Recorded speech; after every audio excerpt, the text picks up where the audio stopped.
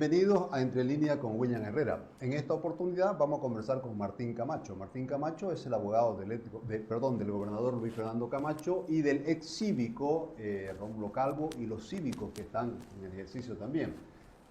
Por supuesto que hay muchos temas. Se ha condenado en uno de los casos al ex cívico Rómulo Calvo, y en consecuencia de ese tema es uno de los con los que vamos a comenzar este diálogo. Martín, ¿cómo anda el caso del ex líder cívico Rómulo Calvo? ¿En qué lo han condenado y cuáles son los hechos por los que se lo ha condenado? Bueno, doctor, primero que nada, un gusto saludarlo, un gusto estar en su programa. Si podemos ir un poco a los antecedentes de este ilegal proceso, tendríamos que remontarnos hasta el año 1983, cuando producto de una catástrofe natural, en realidad una inundación de las riadas del río Piraí, 3.000 familias pierden sus hogares. Estas familias son relocalizadas en unas propiedades que hoy se conocen, o unos terrenos que antes se conocían como Cañada Pailita, y hoy son la populosa zona del Plan 3000. Precisamente en homenaje a las 3.000 familias que se fueron afectadas, ¿verdad? Justamente en homenaje a las 3.000 familias. En ese momento empieza un proceso de expropiación que lastimosamente dura 40 años, se retrasa 40 años. Se demora, me estoy equivocando, 20 años en concluir. Este proceso de expropiación incluso empieza con un avalúo que arroja unos precios en pesos, porque todavía se utilizaba el peso. No era el boliviano. No eran bolivianos. Pero se concluye por fin la expropiación en el año 2003 y es una voluntad en realidad del gobierno municipal a través de Roberto Fernández, que era el alcalde en ese momento, justamente el poder sanear el derecho propietario de estas tierras. Rómulo tenía las funciones de concejal y los últimos 3 meses de la gestión, por un tema electoral, asume en calidad de interinato, y la única participación que tiene Rómulo en este proceso de expropiación de 20 años es firmar un protocolo. El protocolo para que se realice el pago por fin a los propietarios originales de los terrenos, dotándoles además a los actuales propietarios de estas 3.000 familias sus derechos, ¿no? A través de inscripciones en derechos reales, a través de la documentación necesaria. Se les otorga por fin el derecho propietario. Además, familias que ya habían pagado, ¿no? Y estaban totalmente instaladas en posesión de los terrenos, ¿no? Luego de 20 años, evidentemente sí, ¿no? Martín, por lo que estás diciendo, una expropiación es un procedimiento normal. Además, aquí había una necesidad totalmente justificada por la riada, por todas las consecuencias que vino de aquella riada del río Piraí. Pregunto, ¿dónde está el delito? Justamente eso es lo que nos hemos venido preguntando en estos últimos 3 años, de una repetición, de un reenvío de un juicio que ya había concluido. Eso es lo que nos hemos venido cuestionando y que además lo hemos fundamentado con pruebas documentales, con pruebas testificales, que había una necesidad de la expropiación, que el proceso de expropiación ha cumplido con todas las formalidades y que una de las partes de la acusación no tenía nada que ver justamente con el pago. O sea, no se ha reclamado el monto, si es mayor, si es menor, si ha existido un sobreprecio.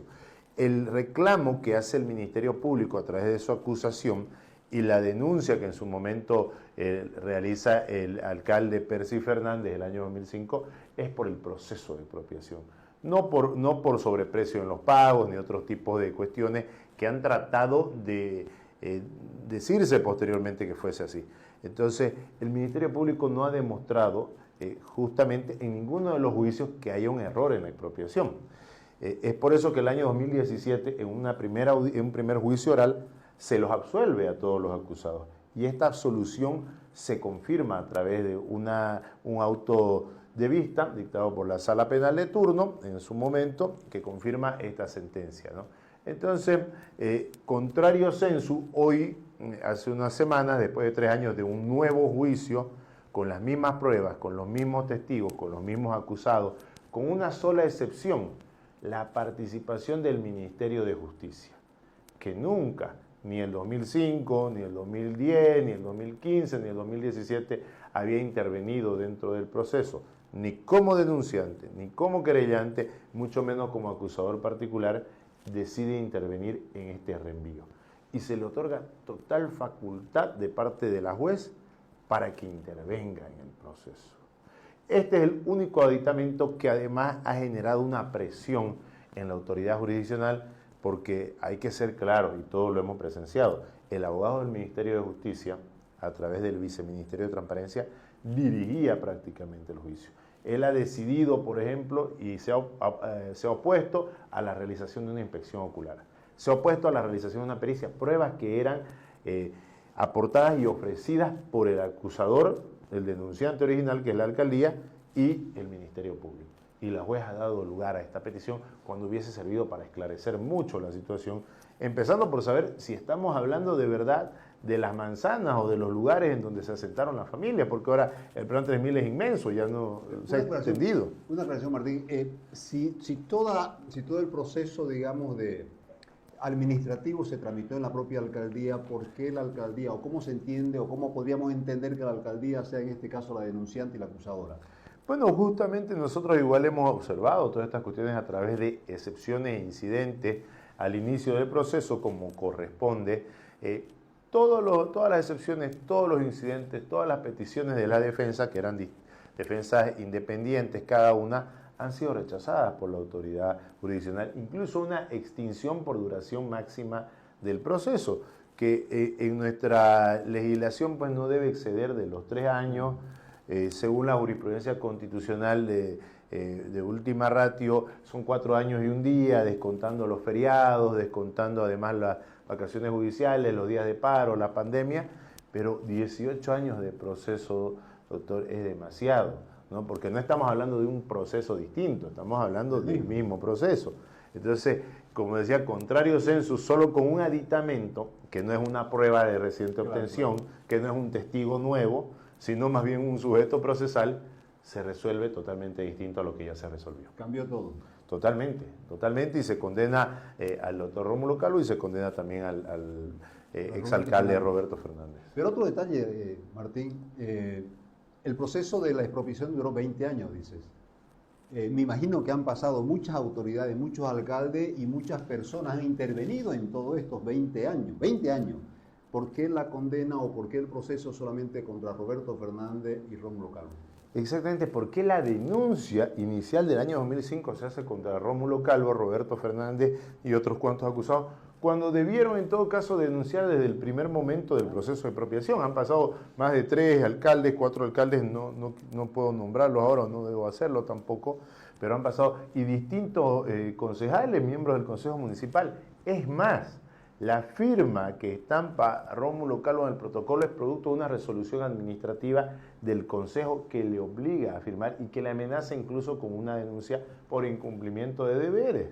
Entonces es ilógico, por cumplir un deber, por hacer un bien al municipio y a las 3.000 familias que querían su derecho propietario, Rómulo es procesado por la misma alcaldía, ¿no? O sea, pero sin embargo no se procesa a los del 83, no se procesa a los que siguieron el proceso de expropiación, valga la redundancia, el trámite de expropiación durante más de 20 años, ¿no? Pero además, ¿quién es la víctima acá? Porque entiendo que el acusador es la alcaldía fue la que hizo la expropiación, los otros se beneficiaron, digo, ¿quién es la víctima?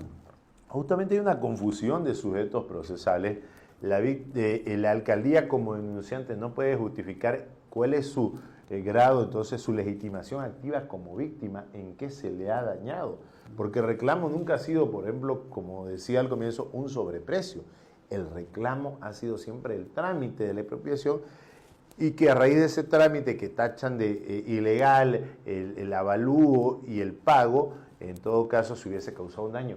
Pero, y usted sabe, doctor, para configurar la conducta de contrato lesivo, conducta antieconómica e incumplimiento, debe demostrarse el daño en UFBs, ¿no? La ley 1390 lo ha modificado, pero en ningún momento se habla de un monto, nunca se dice en todo caso, fue tanto el daño.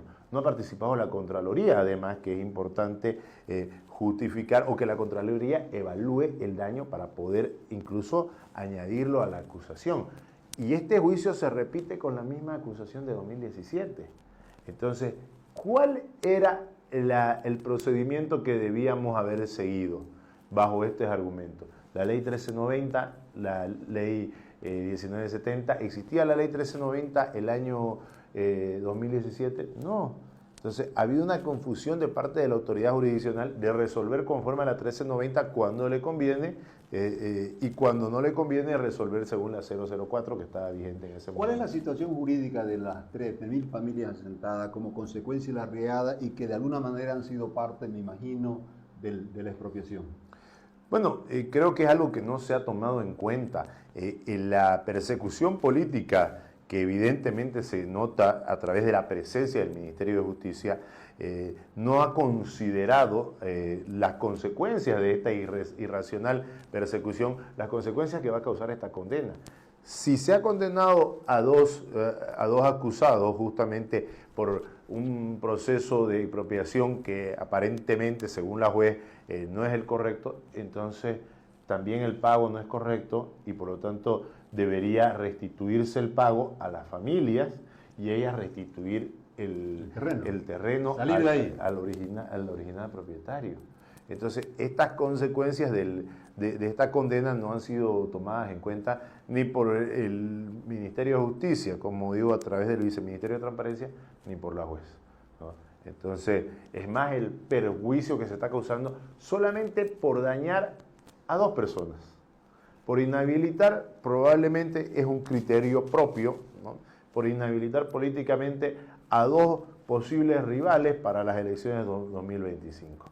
En un afán del gobierno dictatorial, en un afán del alcalde Johnny Fernández de no tener ningún tipo de competencia, porque estamos hablando justamente de dos líderes políticos que lo más probable es que trasciendan su liderazgo a unos niveles de la alcaldía o departamentales, entonces son posibles candidatos al gobierno municipal. Entonces, ¿quién está gestionando? El gobierno central y además el señor Johnny Fernández esta persecución política. Y como lo digo, es una percepción, no lo estoy atribuyendo a nadie, me lo atribuyo a mí mismo este análisis que yo he hecho. O sea, Martín, ¿crees que está a la mano de Johnny Fernández incluso contra su hermano Roberto Fernández? Pero es lo más seguro, es lo que ocurrió además el año 2005, ¿no? Cuando Roberto Fernández está postulando para su segunda candidatura, su segundo periodo electoral, justamente se inicia este proceso, ¿no?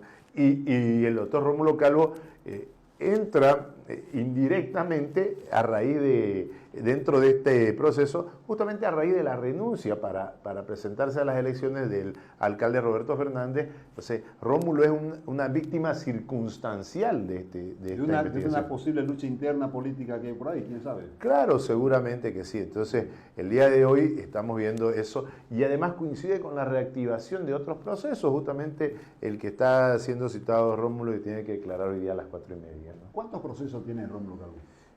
Bueno, doctor, yo creo que hemos perdido la cuenta. Estamos hablando más de 25 procesos, probablemente ya estemos por los 30. Mi cálculo son 27 procesos exactamente. Ya. ¿En algún momento se pone en riesgo la libertad de Rómulo Calvo? Bueno, yo creo que en este momento, respecto a estos procesos, lo más riesgoso son las dos apelaciones, los dos procesos que están con sentencia. El caso que denominamos Huipala, que fue conocido como el caso de la Huipala, y esta última sentencia que ha sido una arremetida política terrible. Ambos dos, una arremetida política terrible. Si usted recuerda, para cuando se dictó la parte resolutiva del caso Huipala, misteriosamente había más de 350 efectivos policiales que según ellos lo iban a llevar hasta su casa, lo iban a acompañar hasta su casa. Cosa que nunca ocurre. Cosa que nunca ocurre y que no debería ocurrir, ¿no? Porque con la sentencia no significa que se ejecutoria la condena. Entonces, su implicación era, lo vamos a llevar. Cuando yo les dije, ¿por qué no lo trajeron? ¿No? Rómulo llegó conmigo, Rómulo sí iba a ir conmigo. Entonces, no había un justificativo, pero sí un show político. ¿Y quiénes eran los denunciantes en ese caso? El señor Rolando Cuellar, el señor Hernán Hinojosa, los mismos actores políticos del movimiento al socialismo que se encargan de activar las denuncias en contra de los líderes de oposición en la ciudad de Santa Cruz. Son los mismos que han denunciado a Luis Fernando Camacho en el caso Carro Bombero, en el caso de Cretazo. Entonces son ellos. Son los Lidia Patti cruceños, como yo les digo, ¿no? Martín, ¿crees que hay una persecución política detrás de todo eso? Evidentemente sí, ya no cabe duda. justamente a raíz de las nuevas acciones, o sea, del resultado de esta sentencia, inmediatamente 2 días después una citación para un proceso que tiene 2 años de etapa preliminar. Con una etapa preliminar en el peor de los casos, cuando se necesita cooperación internacional, cuando se necesita hacer investigaciones de la Unidad de Investigación Financiera, puede durar 80 días. Pero estamos a 21 meses de esta denuncia que se instaura el 11 de noviembre del año 2021 a raíz del paro de 9 días, y recién hoy estamos a 28 de agosto, recién hoy se le está tomando la declaración a Roma. El 11 de noviembre vamos a festejar 2 años de esta denuncia. Entonces, ¿qué debería hacer el Ministerio Público? Directamente rechazar ya este proceso. Porque todos los actos investigativos después de los 80 días son nulos. Pero lo más interesante, querido doctor, es que no se han realizado actos investigativos en 2 años casi de apertura de esta denuncia. Qué terrible. Bueno, aprovechando, Martín, que sos abogado también de Luis Fernando Camacho, entiendo que va a haber una junta médica que va a examinar el estado de su salud. ¿Qué hay de todo esto? Bueno, la Junta Médica en realidad ya se presentó en el Centro Penitenciario de Chonchocoro, ya realizaron una evaluación in situ del lugar, incluso se les realizó algunos estudios que podían realizarse en el Centro Penitenciario de Chonchocoro, un electrocardiograma, otro tipo de análisis de sangre, y la Junta Médica debe resolver en conjunto además, no son decisiones individuales.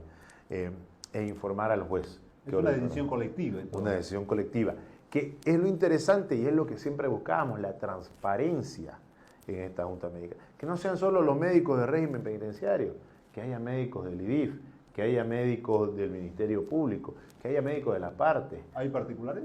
Hay médicos particulares. Nosotros nunca sugerimos como defensa de Luis Fernando ningún nombre de médico.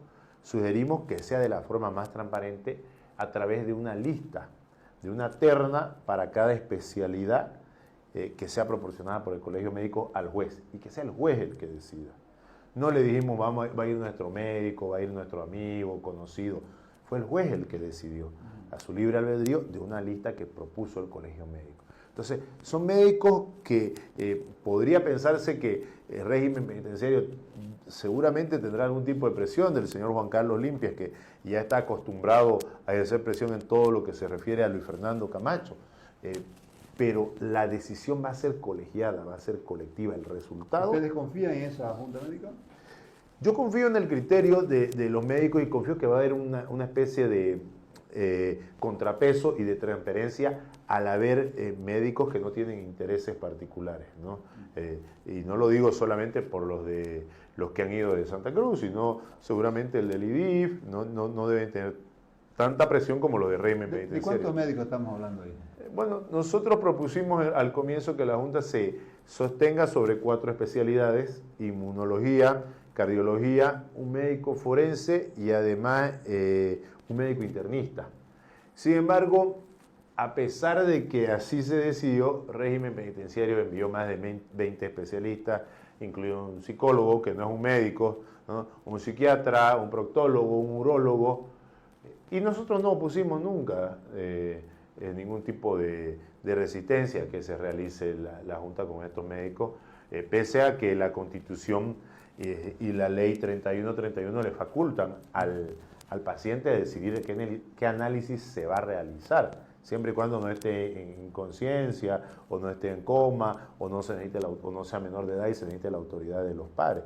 Entonces, Luis Fernando se sometió a todos los exámenes necesarios y producto de esto va a salir un resultado. ¿Cuándo está previsto ese resultado? Si no me equivoco, el día de mañana, martes, se debería entregar al juez. Ni siquiera se nos va a poner conocimiento a nosotros, directamente al juez, para que sea el juez que, una vez tenga los resultados, informe a todos los sujetos procesales. Asumamos que el informe es positivo, es bueno, de alguna manera debería recoger el estado de la salud de Luis Fernando, que todo el mundo sabe que tiene una enfermedad de base, que tiene problemas de salud. ¿Cuál sería el próximo paso? ¿Cuál es la situación? ¿Qué puede venir ahí jurídicamente para Luis Fernando? Aquí es muy interesante una cuestión, y lo olvidaba justamente, parte de la Junta Médica estuvo compuesta por algunos médicos del Defensor del Pueblo, que llevó, no sé en qué especialidades, a mí no se me permitió el ingreso, ni siquiera a espiar, ¿no?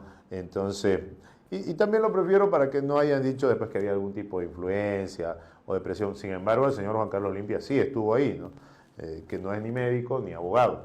Entonces, el defensor del pueblo recientemente hizo una evaluación, que todavía no ha sido pública, es una guía última que es previa a la que va a salir probablemente en los próximos meses como resultado de la evaluación de la situación carcelaria. Y aquí hay un tema que no es la altura, querido doctor, es el tema del hacinamiento, la higiene, la falta hasta de agua potable. En Chotocoro no hay agua potable, ¿no?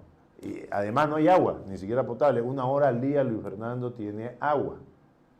Entonces, ante un sistema inmunológico deprimido, desgastado por 2 enfermedades que le atacan directamente al sistema inmunológico, hablo del síndrome de Church-Strauss y el otro es una inmunodeficiencia, IgG, tiene un nombre bastante complejo. Una persona bajo esas condiciones insalubres puede contagiarse de cualquier cosa.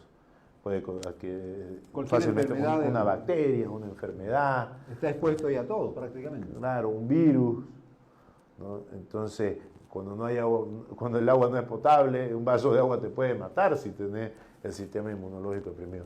Entonces, dependiendo mucho de cuál es el resultado, nosotros vamos a considerar si está en riesgo la vida de Luis Fernando y conforme indica el mismo 239 de la ley 1970, podemos solicitar una libertad no irrestricta con medidas cautelares, una cesación, porque el 239 lo especifica justamente cuando está en peligro la vida o cuando hay una enfermedad terminal. En este caso estaría en riesgo la vida de Luis Fernando. Una opción sería una cesación. Si no prospera la cesación, ¿algún plan B? Bueno, en realidad no hemos descartado, no hemos considerado un plan B porque creemos que es suficiente la respuesta de los médicos, justamente esta evaluación que o el dictamen que van a hacer luego de esta evaluación, y nosotros hemos presenciado, yo lo he podido presenciar, y el estado de salud de Luis Fernando es delicado, ¿no? Entonces, además, justamente haciendo una especie de comparación con el informe que le decía del Defensor del Pueblo, es una situación carcelaria en todos, la situación es idéntica en todas las cárceles de Bolivia, entonces no es sencillo con decir lo trasladamos a otra cárcel, ¿no? Entonces no va a suceder eso, y las autoridades jurisdiccionales, en todo caso, de rechazar el pedido, van a tener que formar parte de la lista de responsables de si algo sucede con la integridad física o con la vida del gobernador del departamento de Santa Cruz. El Estado, a través de las autoridades, es el garante de los derechos fundamentales de Luis Fernando Camacho, hay que decirlo. Justamente, es lo que no parece entender este funcionario público, el señor Juan Carlos Limpia, que primero se atribuye funciones que no son las suyas. Él no es autoridad, la autoridad es el juez, y el juez es el que tiene control sobre la detención. Sin embargo, él prohíbe visitas, él restringe el derecho a las visitas hasta los abogados, él restringe traslados médicos que jueces han ordenado, él restringió el otro día el traslado a la Casa Grande del Pueblo para el Comité de Autonomía, para la reunión del Comité de Autonomía. Él se atribuye funciones que no son competentes a él. Y va a ser uno de los primeros en tener que responder, si no es en el ámbito nacional, en el ámbito internacional, por todas estas vulneraciones, no solo el derecho a la vida, el derecho a la comunicación, el derecho al trabajo, que le está restringiendo al gobernador. ¿Alguna posibilidad de que Luis Fernando vuelva a Santa Cruz? O por lo menos que el proceso se tramite, tomando en cuenta el antecedente del caso terrorismo, digamos, ¿no? Hay muchos antecedentes en ese sentido. Yo lo que creo es que va a ser, lo que se va a poder lograr es tal vez una detención domiciliaria, pero respecto al procesamiento y a la jurisdicción territorial, estoy viendo más bien un síntoma que muchos de los abogados no están notando. Yo les he hablado a mis colegas, a nuestros colegas, y es que la mayoría de los procesos están queriendo llevarse a la paz, al contrario. Sí. Caso fácil y tantos otros casos. Claro. Digamos que el delito de terrorismo tiene una jurisdicción especial, no la voy a aceptar nunca porque no puede estar un decreto supremo por encima de la ley, en todo caso la ley 1970, pero terrorismo excluyámoslo, pero legitimación de ganancias ilícitas, incumplimiento de deberes, sedición que ya ni existe en nuestro ordenamiento jurídico, ¿por qué tienen que investigarse en la paz? Entonces, mi análisis, como decía antes, además es un comentario propio Yo creo que lo que está tratando de hacer el ministro de Justicia y el gobierno es más bien de poco a poco atribuirse, crear una especie de centralismo jurídico en la ciudad de La Paz y que todos los casos se investiguen, mucho más si se trata de temas vinculados a la política. Y posiblemente esa sea la idea para que todos estos casos que tienen que ver con la persecución política terminen en La Paz. Claro, es lo que hemos visto, por ejemplo, en los casos de legitimación de ganancias ilícitas en contra de la familia del gobernador Luis Fernando Camacho, ¿no? Nunca han vivido en La Paz, nunca han estado en La Paz, no tienen un vehículo, una casa en La Paz. Y el proceso, cuando hemos interpuesto la excepción de incompetencia en relación al territorio, han llegado al extremo de decir, no, es el juez que previno primero. Y yo te cuento como anécdota, justamente en la declaración de Rómulo de hoy, nosotros interpusimos en su momento, en enero del año pasado, una excepción de incompetencia en relación al territorio. Y el juez se atrevió a decir que el delito había sido cometido en el extranjero. Wow. Y por lo tanto correspondía que se investigue en La Paz, como dice el artículo 49. Entonces yo en la complementación de mi enmienda le digo, doctor, quiero que usted me explique si para usted Santa Cruz es el extranjero. En este momento quiero que me complemente, me explique su resolución y me diga, porque en todo caso yo voy a iniciar un proceso en contra de usted por discriminación, por racismo, por sedición, por separatismo, los mismos argumentos que utilizan ellos constantemente. Pero dice, el delito se cometió en el extranjero. Entonces, Santa Cruz, para los jueces de La Paz, Santa Cruz es un territorio extranjero. Terrible, primera vez que escucho eso. Terrible. Pero es que cuando no hay argumentos no se puede sostener una decisión de esas características. Inicialmente ni la denuncia debió aceptarse en la ciudad de La Paz. Claro. Peor por sedición. Claro, claro. Martín, sé que tenés que ir a la audiencia con Rómulo Calvo exactamente. Una última pregunta. ¿Se hicieron una gestión a nivel de la Comisión Interamericana de Derechos Humanos con relación a Luis Fernando Camacho? ¿Hay algún resultado sobre eso? Bueno, hubo un informe preliminar, se está esperando el informe en extenso en realidad de la Corte Interamericana de Derechos, de la Comisión de Expertos. Esperamos pues que se haya considerado toda la conversación que han tenido con el gobernador Luis Fernando Camacho. También esa oportunidad no se nos permitió el ingreso. Recibió la visita. Estuvo cerca de 45 minutos reunido con el gobernador, además con todos los internos, pero especialmente con el gobernador y creo que también con este líder de Abdecoca, dirigente de Abdecoca, el señor Alanes, Apaza, si no me equivoco, pero estuvo específicamente con ellos por las torturas justamente que están sufriendo. Porque es una tortura, doctor, justamente tener incomunicado a una persona, ¿no? Que se le obliga a hacer una lista de quienes pueden ingresar, con lo complicado que puede ser para su posición política realizada, pero que además de esa lista ellos deciden, no, este no entra, este entra, cuando el régimen de visitas es bastante claro. Todos los demás internos en toda Bolivia tienen 2 días de visita, incluido el domingo, y además los feriados. Está en el artículo 103 de la ley 2298, entonces no hay dónde perderse. No hay necesidad de una lista. Y esa lista lo obliga a hacer el señor Juan Carlos Limpia y ahora el gobernador de Chanchocoro, el mayor Marco González. Al margen de los abusos que supone el proceso, hay una discriminación, sin duda. Claro, hay una discriminación, hay una presión, hay una tortura, como te digo, totalmente incomunicado. Y no es que estamos pidiendo un teléfono, claro, no estamos pidiendo internet, estamos pidiendo que pueda recibir visitas los días que le corresponden. Que a nosotros los abogados, que somos dos, justamente el doctor Fernando Vaca y mi persona, se nos permite ingresar pues, sin traba alguna, como dice la ley. Hay días que estamos 3 horas bajo el sol terrible ahí esperando que le dé la gana al señor Juan Carlos Limpia de él llamar para que nos dejen ingresar. Pero aquí hay un problema, una situación que no va a ocurrir. Nosotros no nos vamos a cansar, se va a cansar el primero.